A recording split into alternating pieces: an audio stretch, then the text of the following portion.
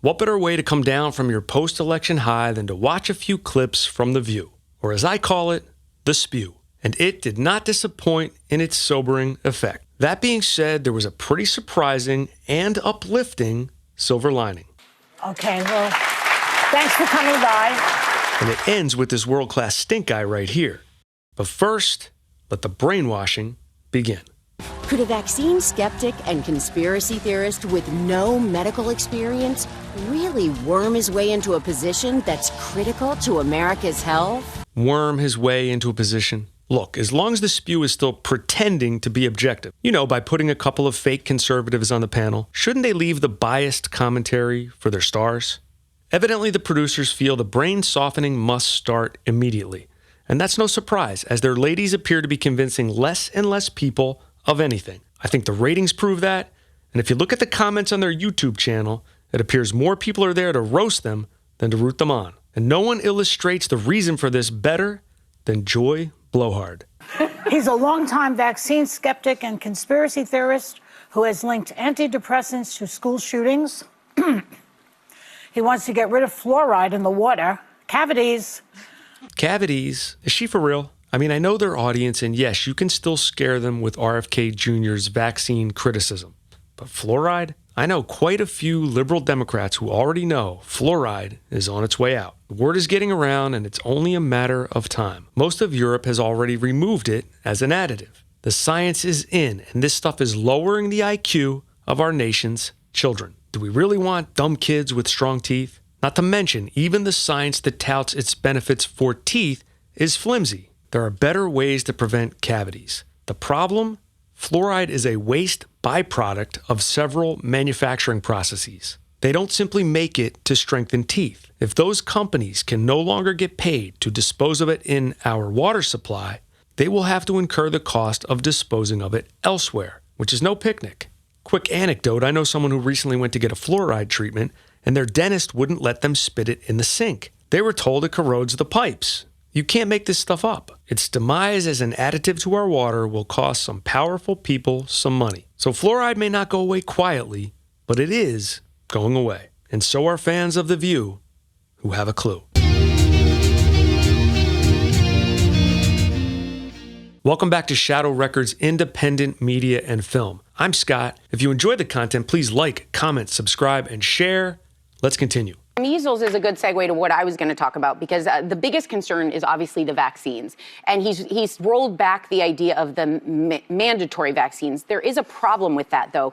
You're going to hear a lot of fear-mongering about measles and polio for as long as RFK Jr. is involved in our country's health conversation.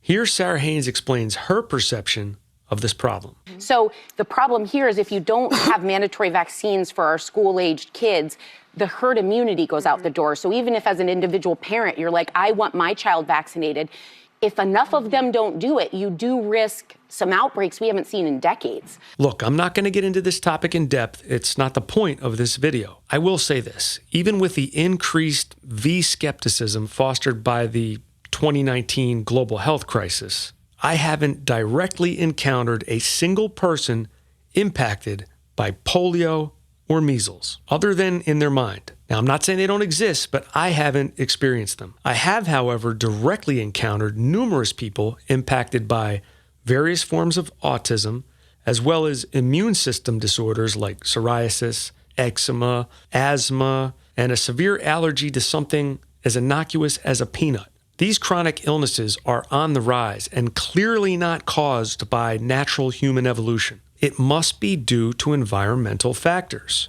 something we are exposing our bodies to. Is it possible that the 72 tweaks to our immune system recommended by the CDC might have something to do with it? Should we at least take a look? But rather than focusing on that very polarizing idea, let's all unite around a position with which we can all agree. Corporations should be liable for damages caused by their products. Does any regular person on either side of this issue disagree with that? So let's start there. If you make these pharmaceutical companies liable for the damages caused by their products, all of their products, some of these health issues may magically disappear. It will certainly go a long way to regaining public trust. Sarah goes on to take a positive turn here.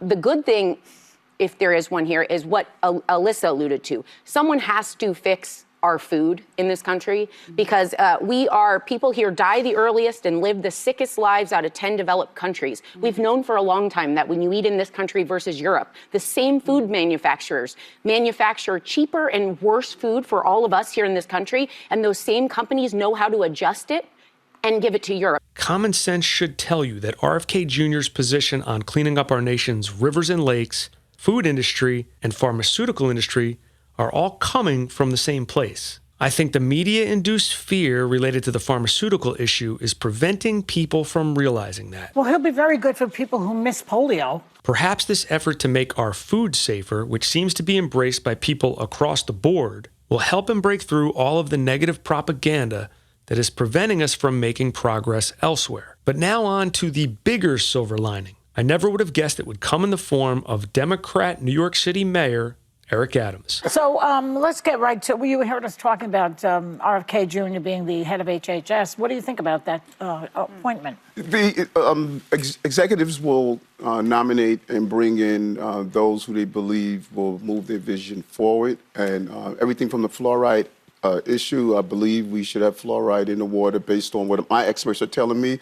But let's be clear, we have a real problem with our food in our country. And we need to watch what we're feeding our children. Now, you think they're just going to sit back and let this man express a level-headed and reasonable position? No, they're going to try to bait him into joining in on the usual partisan nastiness. Refreshingly, he does not take the bait. RFK Jr. ate some pork and now he has a brainworm. Is he the person that should be in charge of that? You can hear Joy cackling in the background. So why am I out in the cold? Well, my original upload got blocked for copyright. Now, I am using these clips appropriately under the fair use guidelines, but sometimes the YouTube algorithm just gets it wrong. I don't have time to dispute this claim and wait 30 days for that to resolve. And I don't feel like going back to my studio to film more commentary, so here we are. In all of these agencies, there are thousands of employees and experts that understand these topics. Mayor, a lot of them want to resign. When they see some of the people that are going to be on top, I think there's going to be a mass exodus of people who have the institutional knowledge and the institutional memory and DOD at HHS. Who wants to work under our cook? And let me respond to that. Bear with me, I will get this video out there. If we love our country, then no one individual should take us away from our mission. Yes. If you dedicated your life to a particular place, I dedicated my life to law enforcement. So if a new commissioner came in that I disagreed with, I was not going to say, I'm going to resign. Let's love the country. Let's love our cities. Let's get away from the rhetoric of the professionalism that we know. Those are experts in this. They're going to look at his proposal, do a real analysis, and make these decisions. It happens every day. Well played, but it is 5-on-1, and this was only the first round. Okay, so Mayor, when Trump returns to office, he will actually have a lot of power with the Republican-controlled Senate and House. He suggested at times using the National Guard to target the enemy within, and key members of his last administration called him a fascist. But you've defended him. Can you explain? No, I defended the rhetoric that we're using across our country and what our children are listening to and what we're doing. We've reached a point in this country where we no longer want to engage in conversation. They were even calling him Hitler. That's an insult. That was only his vice president. That was an insult. That was an insult. This is the perfect moment to illustrate why I call this show The Spew. Joy is giddy with amusement at the divisive toxicity spewed by Anna Navarro. Of course, they revel in it. But what makes this moment so powerful is how unamused Eric Adams remains. That was an insult to the millions of Jews and others who died. We know what Hitler did. Anna clearly disappointed. Mayor Adams goes on to talk about his interpretation of the election results. And what you saw in this city, in this election, where you saw a shift and the city becoming, and the state becoming redder, is because we stopped talking about working class people issues. When mom and pops are afraid, I can't pay my college tuition, the rent is too damn high, healthcare is too expensive, we stopped talking to everyday New Yorkers and Americans. When I'm in the street talking to them, they're not asking me, Eric, tell me about fascism. They're talking about finance. They're not talking about Hitler. They're talking about housing. We need to talk to everyday working class people, and we stop doing that. I mean, right here, he is low-key dissing everything this show stands for. And Sunny looks pissed. That'll come back to haunt him, but first he gives his take on our immigration issue. Americans have been clear, though. We have a broken immigration system. I don't believe in mass deportation, but I don't believe in mass saturation. 220,000 migrants and asylum seekers came to the city, cost us $6.4 billion. I'm not allowed to let them work. I'm not allowed to have them be participating in the tax base of this city. We can't deport those who commit crimes in our city. We are not allowed to connect with ICE. This is a failed system. We need to fix it. And if we don't fix it, we're seeing what's happening in Chicago, what's happening in Houston, what's happening in Denver.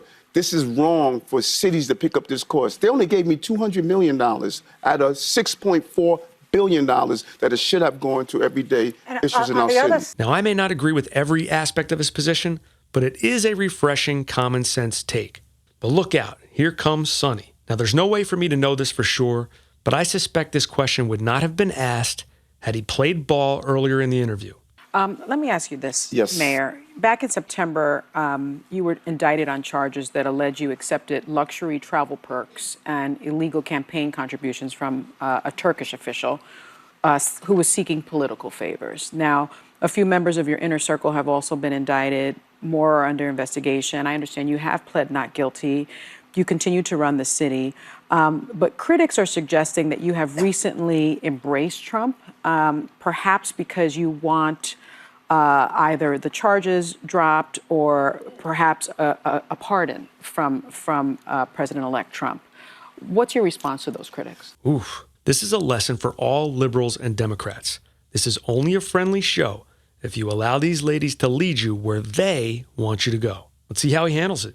I think nothing is more challenging than not being able to defend yourself in public. You have the floor.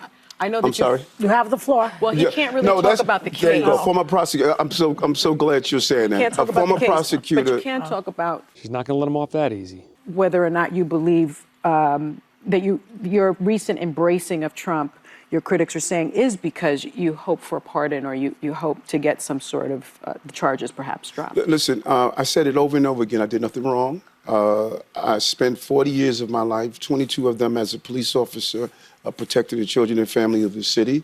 I'm consistent of that. I live my life the way I expect everyday New Yorkers are supposed to live their life. I have a legal team. They're going to manage that case. My job is to do what I've done since January 1st, 2022. Make sure crime goes down in the city, record number of housing that's built in the city, turn around our economy, and make sure as you leave this place that you could enjoy the safety of the city. That's my job. I've lived up to that. And the challenges that we face in life, can you continue to do the job that you were elected to do? And the numbers are clear. I'm doing that every day. Didn't even flinch. Well done. Okay, well, thanks for coming by. And that's the face of a guy who knows he just owned you all. Thanks for watching. Please hit that like button if you've enjoyed the content. As you know, commenting helps the algorithm, so join the conversation. I'd love to hear what you think. And finally, subscribing to the channel and sharing these videos is also a tremendous help. Thanks again for your support. See you soon.